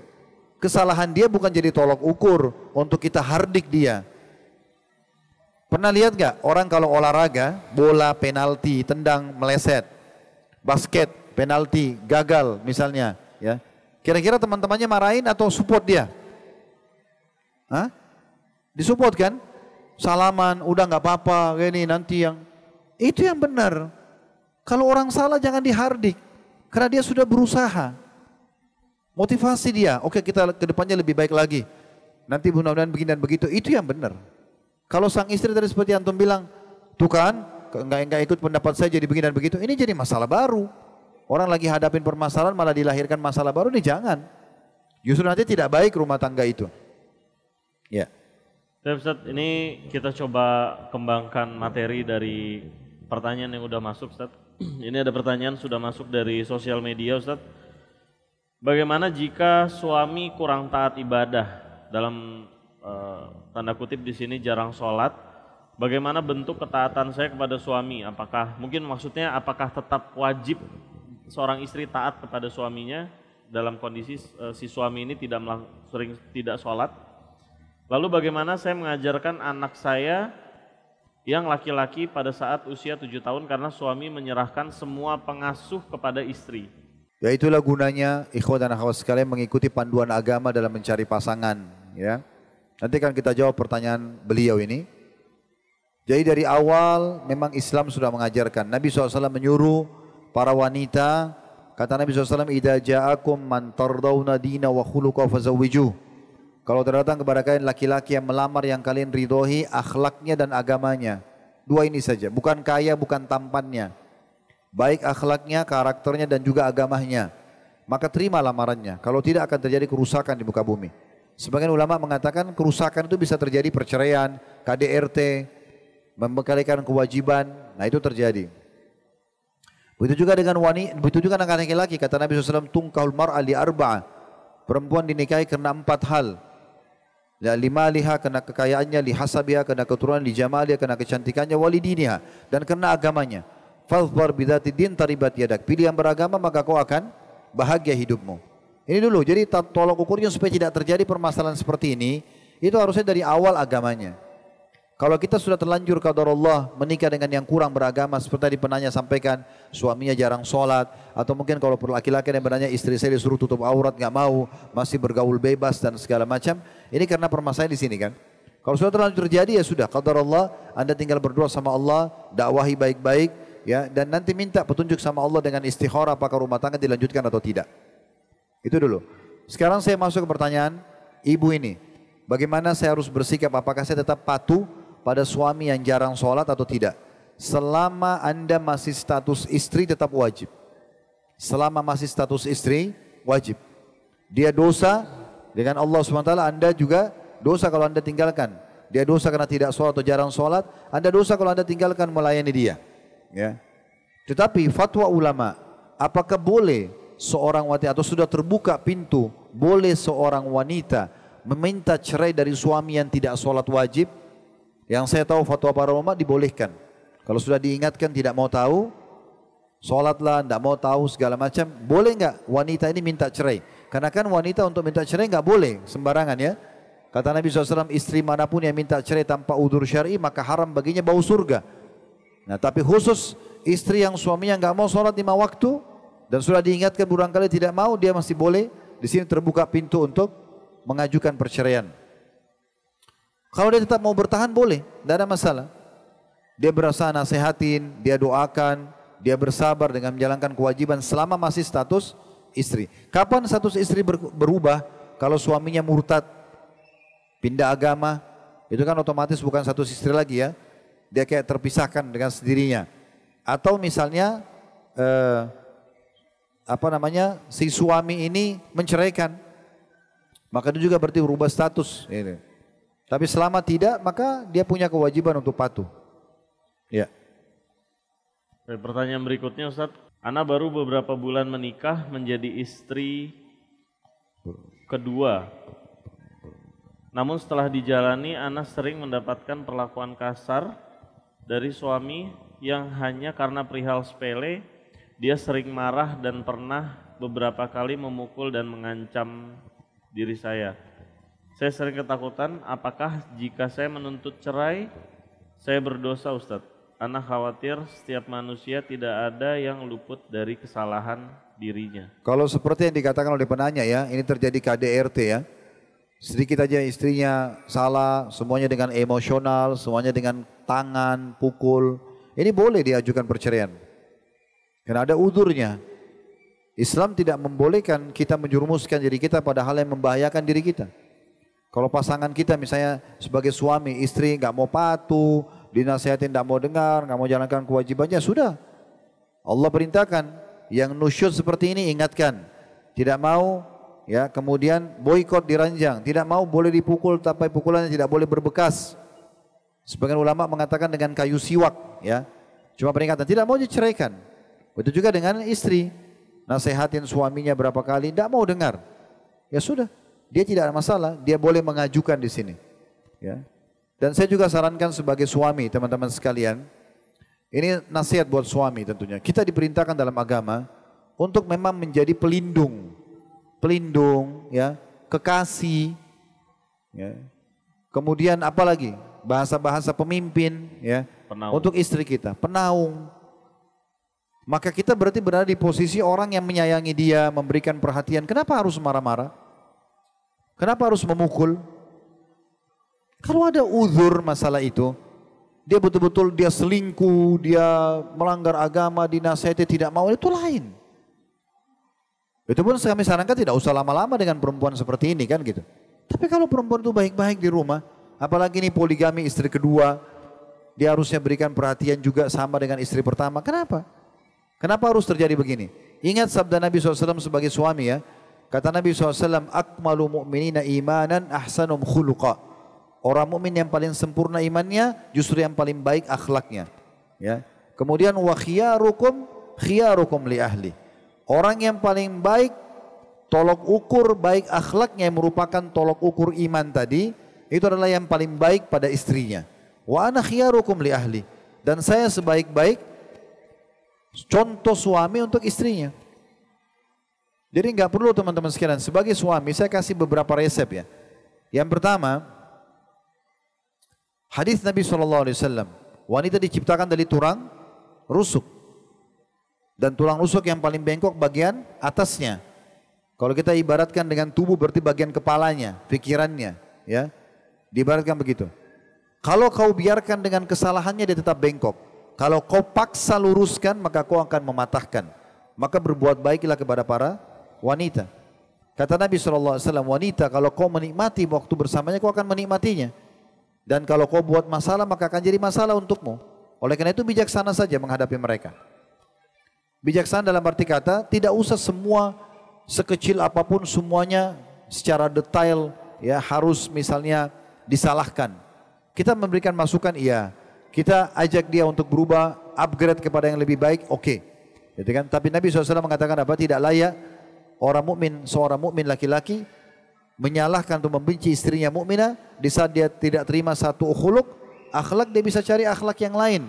Selama bukan pelanggaran agama, cuma masalah teknis lapangan. Ini resep penting sekali dalam masalah rumah tangga. Jadi kita harus tahu, kita sebagai suami kita pelindung, kita pemimpin, berikan semuanya ya yang terbaik yang kita bisa. Yang kedua, memang kita bangun dalam rumah tangga, biasakan memang, tadi itu masalah pendapat. Biasakan memang pendapat kita yang tentukan. Biasakan memang kita ya sebagai pemimpin di rumah dan istri pun mendukung itu. Pemimpin berarti pelindung kan? Nah, seperti pemimpin sama masyarakat, pemimpin memberikan instruksi, masyarakat menjalankan, saling berjalan satu sama yang lain gitu kan? Saling menghormati satu sama yang lain. Kemudian juga yang selanjutnya yang ketiga adalah jangan selalu mengorek-ngorek kesalahan pasangan dan jangan mencari-cari kesalahan. Terutama jangan memata-matai. Enggak boleh, tajassus namanya. Allah mengatakan dalam surah Al-Hujurat wala la tajassasu wala tajassasu. Jangan saling memata-matai. Kata Nabi SAW, la tajassasu. Jangan kalian saling memata-matai. Bagi suami kata Nabi SAW, janganlah kalian pulang dari safar kemudian tiba-tiba masuk dalam rumah tanpa memberitahukan kepada istri. Atau dalam riwayat lain, jangan kalian sengaja mencari tahu mereka selingkuh atau tidak. Beritahukan agar istri bisa menyisir rambutnya dan mencukur bulu kemaluannya. Maksudnya bisa dandan dulu rapi-rapi, akan terjadi interaksi biologis, kamu juga nyaman. Daripada buat kejutan, nggak perlu. Kejutan dengan hadiah oke lah. Kejutan datang tiba-tiba, mau lihat dia selingkuh atau tidak itu bukan urusan kita. Itu bagi laki-laki. Bagi perempuan juga sama. Nggak usah tajassus. Nggak usah memata-matai suami, periksa handphonenya, cari tahu tentang dia berhubungan sama siapa. Kita menikah teman-teman untuk menjadi pendamping, bukan pengawas. Ya. Jadi nggak usah. Kalau depan mata nampak dia buat salah, kita ingatkan. Dia tinggalkan, alhamdulillah. Kalau tidak nampak nggak usah dicari-cari. Ada orang menggunakan sistem manajemen konflik dalam rumah tangganya. Bahkan dalam hidupnya, ini tidak benar. Pernah dengar manajemen konflik ya? Di Amerika itu ada beberapa pakar ekonomi. Saya waktu S2 kebetulan nyusun makalah, saya dapat tentang manajemen konflik itu. Beberapa pemikir pakar ekonomi di Amerika, dia buat satu manajemen konflik namanya. Apa itu manajemen konflik? Diterapkan di perusahaan. Kalau perusahaan itu tidak ada konfliknya, oke-oke saja semuanya berjalan. Harus dicurigai. Harus ada konflik. terkadang di manajemen konflik itu atasannya sengaja taruh dompet untuk nguji pegawainya jujur atau tidak. Diuji begitu, dia sengaja lahirkan konflik. Tapi ini teman-teman, manajemen konflik dibantah oleh pakar-pakar ekonomi yang lain dan banyak yang nolak. Tapi sayangnya banyak orang pakai dalam hidupnya. Suami istri, kalau baik-baik saja, kayaknya ada yang disembunyikan nih. Kayaknya begini dan begitu. Dia lahirkan, untuk apa? Kalau tidak ada, kenapa bilang harus ada? Akhirnya diam-diam suami masuk kamar mandi, periksa handphone. Cari tahu, telepon sana sini. Untuk apa? Melahirkan permasalahan untuk apa dalam hidup kita? Kita pun sebagai suami sama. Saya juga sarankan walaupun saya sama teman-teman laki-laki sini punya hak untuk memeriksa HP istri. Istri nggak punya hak memeriksa HP suami. Karena dia pemimpinnya. Tapi tetap saya sarankan tidak usah periksa HP istri. Tidak usah, untuk apa? Nyapain diri kita? Apalagi kalau keluar kata-kata, saya tidak mau bergaul sama kau kalau kau tidak bersumpah atas nama Allah kalau kamu tidak pernah berzina misalnya. Atau apalah gitu kan. Sekarang kau harus ngaku berapa kali kau berzina. Kalau dia bilang iya, saya ngaku 100 kali, gimana? Kan jadi tidak enak. Untuk apa nanya itu? Sekarang ini istri antum, ini suami antum, selesai. Udah jalani aja. Toh kita bertugas sebagai suami sama istri hanya sampai ajal datang. Selesai itu kita pulang kepada Rabbul Izza wal Jalal, kepada Tuhan Allah Subhanahu wa taala, selesai tugas kita. Nanti lanjutkan lagi rumah tangga di akhir, tapi sudah tidak ada beban syariat. Tapi di sini sementara saja. Tidak usah lahirkan PR ya. Tidak usah selalu cari konflik masalah, nggak penting. Karena manajemen konflik tidak bagus dalam kehidupan kita. Dari seluruh kehidupan. Di rumah tangga, di perusahaan, di pemerintahan, semua nggak bagus. Sengaja curiga, sengaja ngetes, ini nggak penting. Ya. Juga satu sisi nggak usah ngetes-ngetes. Suami saya sayang nggak sih? Istri saya sayang nggak sih? Ngetes dulu. Nggak usah ngetes. Lihat aja setiap dalam seharian.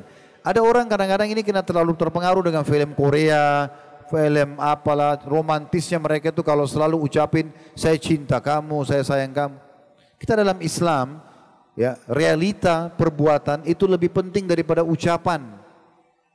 Lihat depan mata, istri anda ini sudah ngabdi nggak sih? Ngerawat rumah, ngerawat anak, memenuhi biologis. Berarti sudah cinta itu namanya. Suami juga, selama ini sudah kasih nggak nafkah, perhatian nggak, masa-masa indah ada terlalu nggak? Kalau ada sudah selesai. Kenapa harus itu semua dilupakan? Karena dia lupa bilang sayang atau cinta. Harus diulang-ulangi terus. Walaupun boleh mengucapkannya. Bahkan dianjurkan oleh para ulama untuk royal dalam pujian. Tetapi kita harus real melihat pengorbanan yang ada, itulah bentuk cinta yang sebenarnya. Ya. Baik Ustaz. Ini ada pertanyaan berikutnya Ustaz. Dulu waktu saya gadis saya bekerja dan saya menghidupi orang tua saya, membantu ayah dan ibu saya dan juga untuk keperluan diri saya dengan nominal tertentu, misalnya 10 juta. Pada saat saya menikah, saya memberikan syarat kepada calon suami saya untuk bisa memberikan nafkah dengan nominal 10 juta tersebut. Sudah diiyakan tapi qadarullah belum terpenuhi. Apa saya tetap harus, dan saya ada dalam kondisi harus tetap mengeluarkan uang dalam nominal tersebut. Karena orang tua saya juga sudah sakit-sakitan dan ibu saya sudah harus dibantu, diberikan biaya juga. Dalam kondisi ini seperti apa ya Ustadz? Karena kalau saya tidak bekerja, biaya ini belum tercukupi. Bagaimana sikap saya dan suami saya Ustadz? Kalau suaminya ini memang sudah menjanjikan dari awal, maka ini wajib dipenuhi. Karena kata Nabi SAW, Al-Muslimuna ala syurutihim. Orang muslim harus patuh dengan akad yang disepakati. Kalau istri sebelum nikah sudah mengatakan, saya punya kebutuhan dasar 10 juta. Kalau sudah nikah boleh nggak memberikan saya begitu? Dia mengiyakan, maka dia harus memberikan. Kalau dia tidak mampu dari awal dia mengatakan saya tidak bisa, udah pilih masing-masing pasangan yang lain. Ya. Dan jangan teman-teman sekalian kurung diri kita di bingkai kehidupan yang kita buat sendiri. Oh tapi saya harus nikah sama dia, kalau enggak saya jadi gila. Ini orang bodoh ini. Nanti gila benar kalau enggak nikah sama itu. Semua banyak perempuan, banyak laki-laki bisa nikah dengan yang lainnya, gitu kan? Jadi realitas saja, realistis aja. Kalau antum belum mampu bilang saya enggak mampu, harusnya gitu kan? Itu dulu. Jadi sebenarnya si suami ini harus memenuhi. Beda kalau memang dia tadinya sudah mengiyakan, lalu dia jalankan, dia kasih sebulan, 2 bulan, setahun, kemudian bangkrut usahanya. Nah ini tidak ada masalah, ada udzur syar'i. Tapi kalau dari awal bulan dia tidak kasih dan dia sudah sepakat, ini nggak boleh. Tidak seperti menipu perempuan itu. Oke, saya akan kasih, terhalalkanlah kemaluannya, tapi ternyata dia nggak kasih, itu nggak boleh.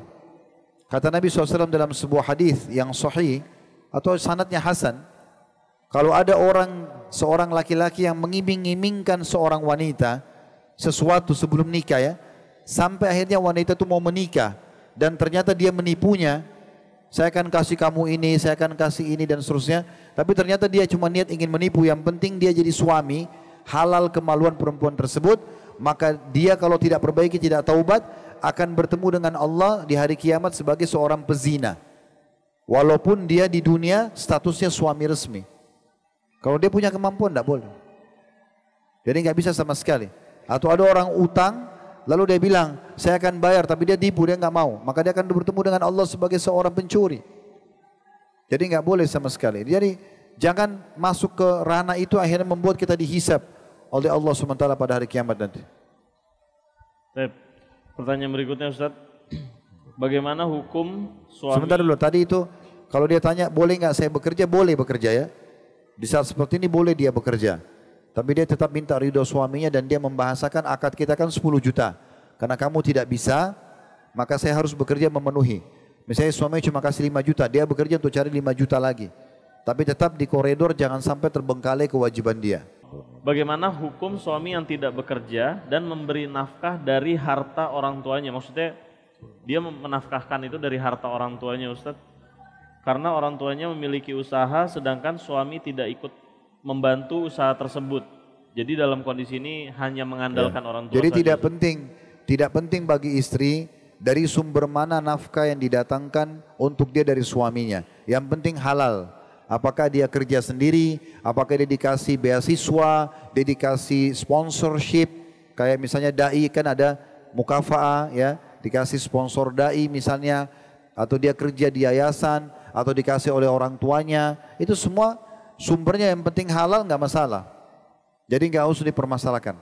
Ya. Pertanyaan berikutnya. Walaupun di sini kami sarankan suami harusnya kerja ya. Jadi walaupun orang tua antum mampu, tetap antum harus bekerja. Antum bekerja dari hasil keringat antum sendiri, antum berikan ke keluarga itu jauh lebih baik dan lebih mulia. Pertanyaan berikutnya Ustaz. Masalah pendidikan anak ini menjadi kewajiban istri secara mutlak atau suami atau keduanya Ustaz?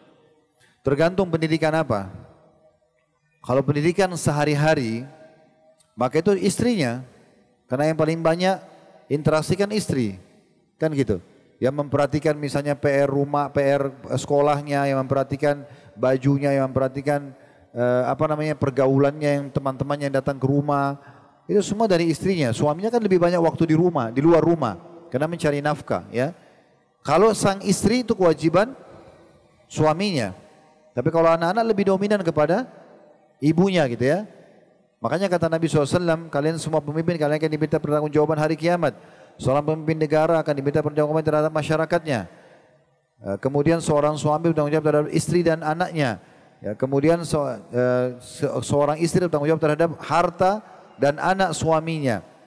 Dan seorang budak terhadap harta majikannya. Dan kalian semua akan diminta pertanggungjawabannya. Jadi anak-anak juga disebutkan di sini kepada istri dari sisi pendidikan keseharian.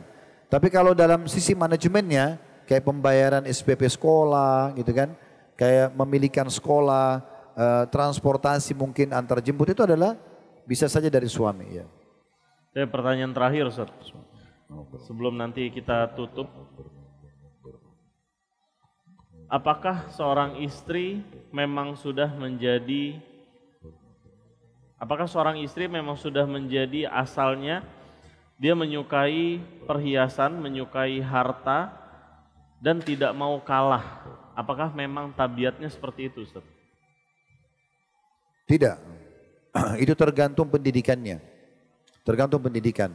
Ada di antara wanita yang tidak suka dengan perhiasan, karena pendidikan orang tuanya tidak membiasakan, gitu kan? Ada juga memang karena dari kecil, mungkin masih baru bayi, sudah sibuk dipenuhi badannya dengan perhiasan, mungkin belum butuh gitu ya. Oleh karena itu tergantung pendidikan. Kalau saya lihat ini bukan karakter. Ya, kalau masalah menang sendiri ini juga tergantung pendidikan. Kalau orang tuanya mendidik dia agar dia terbiasa patuh, pada saat mau menikah juga dinasihatkan agar patuh sama suaminya, insya Allah tidak ada masalah. Makanya kata Nabi SAW, sebaik-baik dunia ini semua perhiasan dan sebaik-baik perhiasan adalah wanita salihah. Wanita salihah maksudnya apa? Patuh kepada Allah, Rasulnya, dan juga tentu memberikan hak suaminya. Dia tidak membebani, dia juga tidak tabarruj, dandan di luar rumah yang melanggar agama, gitu kan? Dan ini sebenarnya bukan bawaan kalau saya melihat, ini tergantung pendidikannya. Masya Allah. Tapi Ustaz, mungkin di sini bisa dikasih sebagai kalimat penutup Ustaz untuk teman-teman di sini baik ikhwan maupun akhwat yang kembali kepada tema kita pada sore hari ini, kunci surga untuk seorang istri. Mungkin bagaimana seorang istri bisa mendapatkan kuncinya dan seorang suami bisa menuntunnya sampai ke sana sehingga kita sama-sama bisa berada di surganya Allah Subhanahu wa taala kelak nanti Ustaz. Tafadhol Ustaz. Rumah tangga itu jalan tol menuju ke surga. Rumah tangga itu jalan tol menuju ke surga. Makanya kata Nabi SAW, siapa yang sudah menikah, dia telah menyelamatkan setengah agamanya. Tinggal dia selesaikan setengah tersisa. Jadi sibuknya seorang suami untuk istrinya, sibuknya istri untuk suaminya itu sudah sumber pahala yang sangat besar. Antum kalau lagi tidak ada kegiatan di luar rumah, di rumah aja duduk sama istri misalnya, sama anak-anak, itu udah pahala. Makanya kata Nabi SAW, 3 hal tidak dihitung hal yang sia-sia. Di antaranya bercandanya suami istri. Walaupun begadang, walaupun membuang waktu banyak, itu tetap aja dianggap bukan lagu, bukan hal yang haram. Ya. Jadi kita harus pahami dulu ini. Kalau rumah tangga itu sesuatu yang menyenangkan, karena memang dia sudah menyelamatkan setengah agama. Fitnah yang paling besar bagi laki-laki, perempuan. Fitnah paling besar buat perempuan, laki-laki. Kalau kita sudah punya sumber yang halal, setengah agama kita sudah aman. Kan gitu. Tinggal menjaga setengah yang tersisa. Ya sholatnya, ya puasanya dan yang lainnya. Oleh karena itu teman-teman fahami. Rumah tangga itu kita berumah tangga memang untuk bahagia.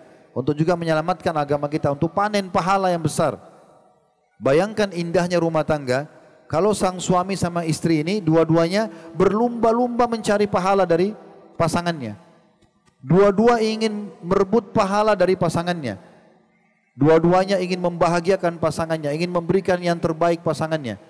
Si istri masak, suami yang siapkan nafkah yang halal, mereka makan, mereka saling duduk bersama-sama, saling berbagi makanan tersebut, saling memuji. Ya. Istrinya berterima kasih karena suami kasih nafkah, suami berterima kasih karena istri sudah masak. Pada saat belanja bulanan sama-sama saling bantu-membantu misalnya, dan seterusnya. Maka kan sangat bahagia rumah tangga itu. Yang jadi masalah ini kalau muncul egoisme. Orang tidak mau sama sekali saling terlibat membantu pasangannya. Makanya waktu ditanya tentang Nabi SAW apa yang beliau kerjakan di rumah, dikatakan beliau seperti laki-laki saudara kalian. Kadang-kadang beliau bahkan menjahit sendiri sendalnya. Aktivitas yang lain beliau kerjakan sendiri walaupun banyak yang dilayani oleh istrinya. Suami bahagiakanlah istri dengan cara memberikan yang terbaik semampu dia karena Allah. Istri juga berikanlah pelayanan yang terbaik untuk suaminya karena Allah. Maka dengan itu insya Allah akan lahir rumah tangga yang baik, rumah tangga yang penuh dengan sakinah, mawaddah dan rahmah sebagaimana dijelaskan dalam ayat Al-Quran. Allahu alam. Jadikan teman-teman sekalian, rumah tangga yang sudah kita diberikan oleh Allah ini adalah sebuah nikmat yang besar.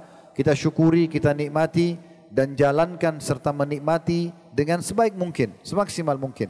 Waktu bersama keluarga, membahagiakan satu sama yang lain, membantu, mengingatkan kalau sedang salah, memaafkan, mendukung kalau dia mau perbaikin dan lebih baik lagi kualitasnya. Kecuali dia tidak mau berubah, baru kemudian kita bisa pindah kepada rumah tangga yang lainnya. Allahu a'lam. Baik Ustaz, syukran Ustaz, jazakallahu khairan, barakallahu fikum atas nasihat-nasihat antum. Mudah-mudahan teman-teman di sini bisa mendapatkan ilmu yang sangat bermanfaat untuk rumah tangga kita kelak nanti Ustaz. InsyaAllah, Allahumma amin.